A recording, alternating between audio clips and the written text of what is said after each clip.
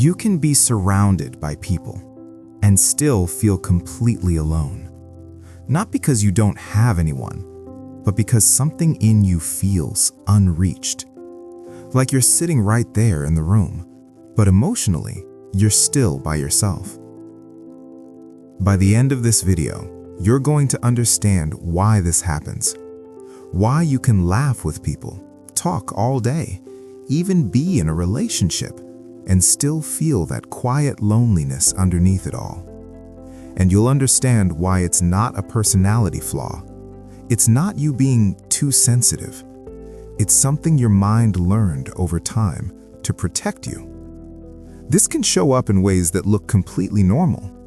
You're at work, answering emails, getting things done, and nobody would guess you feel disconnected inside.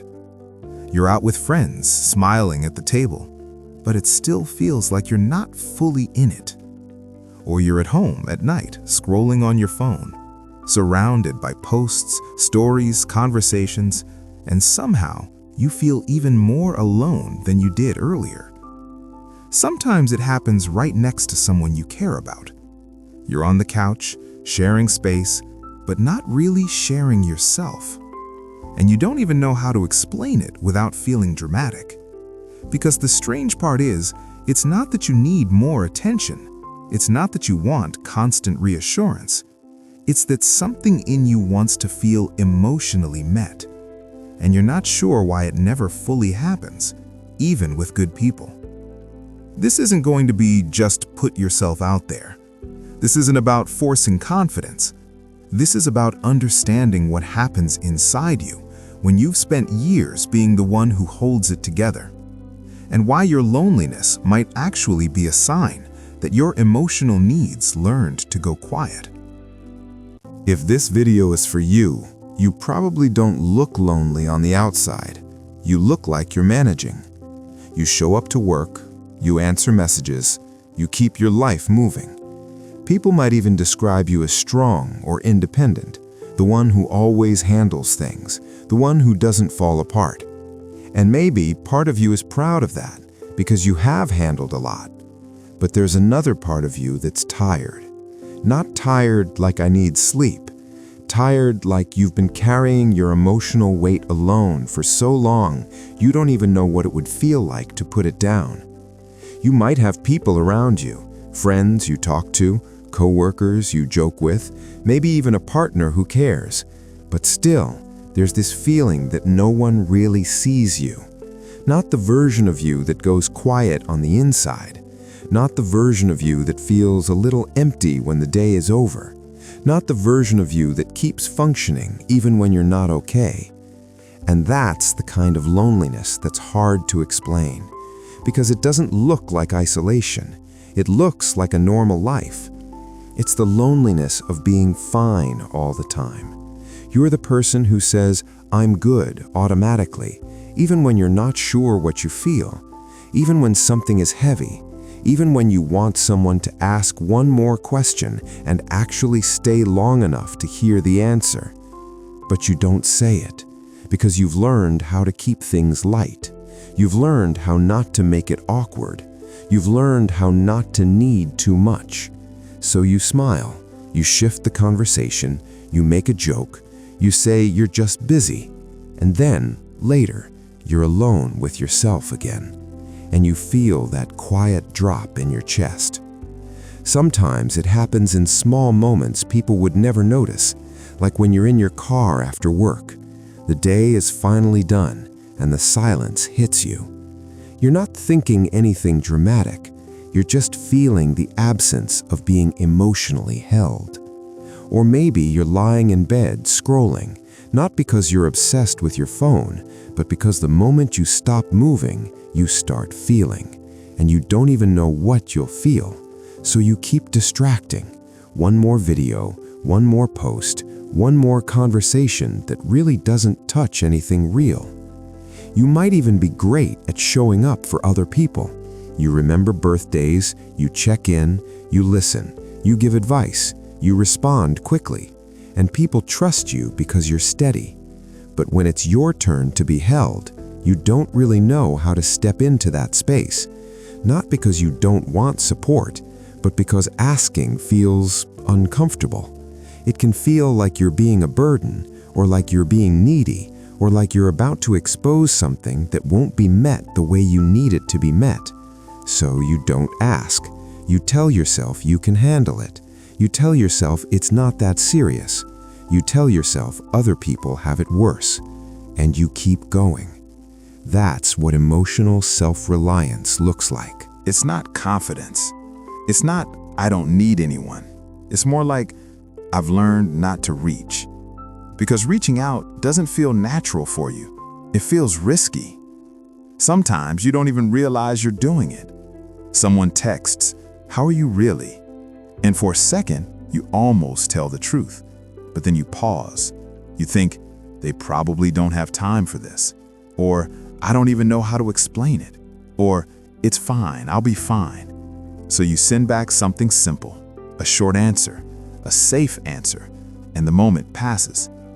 And maybe the hardest part is, you don't always feel sad.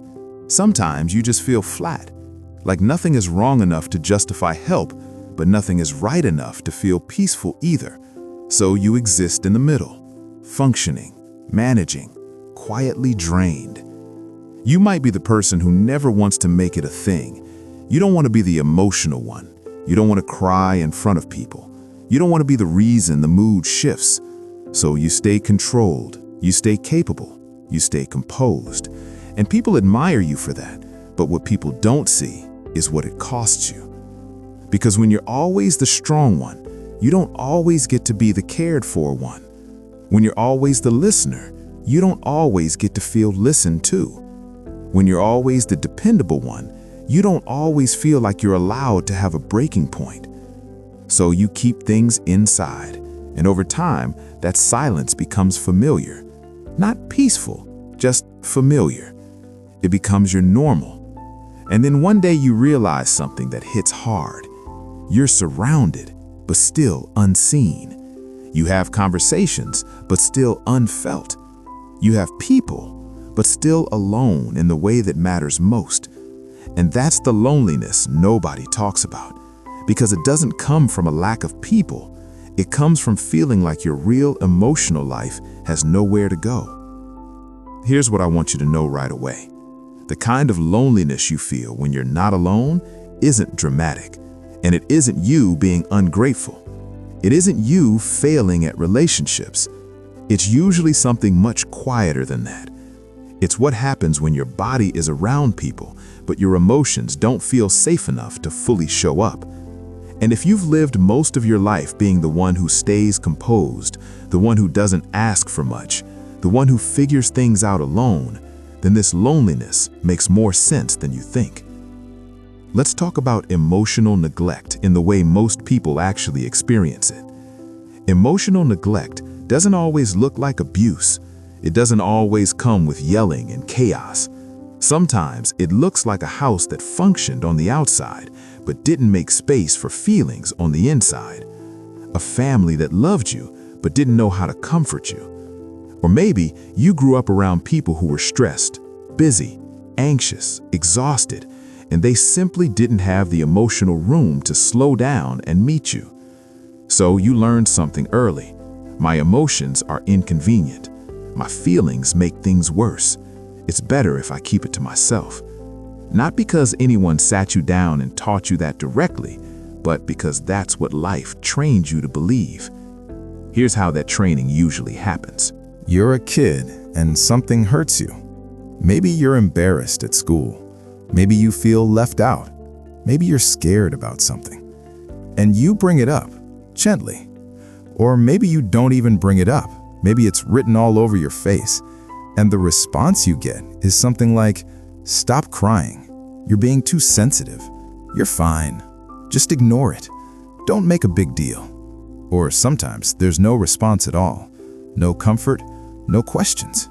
No one really noticing. So your brain does what brains do. It adapts. It starts turning your emotions down. It starts shrinking your needs. It starts learning how to survive without expecting to be emotionally met. That is not a character flaw. That is a survival skill. And here's the part people don't talk about enough. When you grow up without emotional support, you don't just feel lonely as a kid. You learn a whole way of living that creates loneliness later. Because you learn to be emotionally self-sufficient, even when you shouldn't have to be. You learn to minimize your feelings before anyone else can minimize them. You learn to silence yourself before anyone else can dismiss you. You learn to handle things internally because reaching outward didn't feel safe. So as an adult, even when you have people around you, your system still runs the old program. Don't need too much, don't ask, don't show too much emotion, stay in control. And what that creates is a very specific kind of loneliness. Not the loneliness of being unwanted, but the loneliness of being unseen. It can show up at home. It's late at night. You're home. You had a normal day. You got through it. But now you're sitting on the edge of your bed or on the couch, and you feel this quiet heaviness. Not a panic, not a breakdown, just this feeling like something is missing. You open your phone, scroll, reply to someone. Maybe you even laugh at something. But the loneliness doesn't go away. Because the loneliness isn't about boredom. It's about the fact that your emotional world has been carrying itself all day without being held by anything soft. And you might not even say, I feel lonely. You might just think, I don't know what's wrong with me. I should be fine. Why do I feel off? Why do I feel empty? That's often what unmet emotional needs feel like in adulthood. Not like a big dramatic pain, but like a quiet absence. Like you're hungry, but you can't tell what food you need. Like you want comfort, but you don't know what kind. Because you weren't taught how to name it. You were taught how to push through it. You're good at what you do. Reliable, calm, the one everyone counts on. But when you're overwhelmed and someone asks, "You okay?" you smile and say, "Yeah, I'm fine," even when you're not. Because admitting you're struggling feels unsafe, like you'll disappoint people or look weak. So you keep performing fine. And that's why you feel lonely.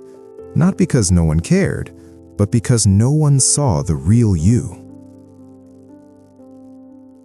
It happens in relationships too. You can be loved and still feel emotionally alone. Because when someone asks what's wrong, you say nothing. Not because nothing is wrong, but because you don't know how to put your feelings into words. But listen, that emptiness doesn't mean you're broken. It means you've been carrying everything alone for too long. So, what helps?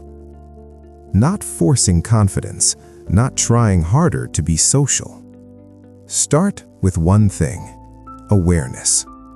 Notice the moment you shut down. This is where I go quiet. This is where I disappear.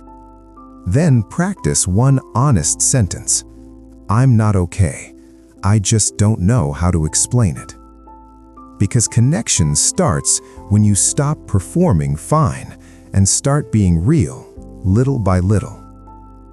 This is for emotional awareness only.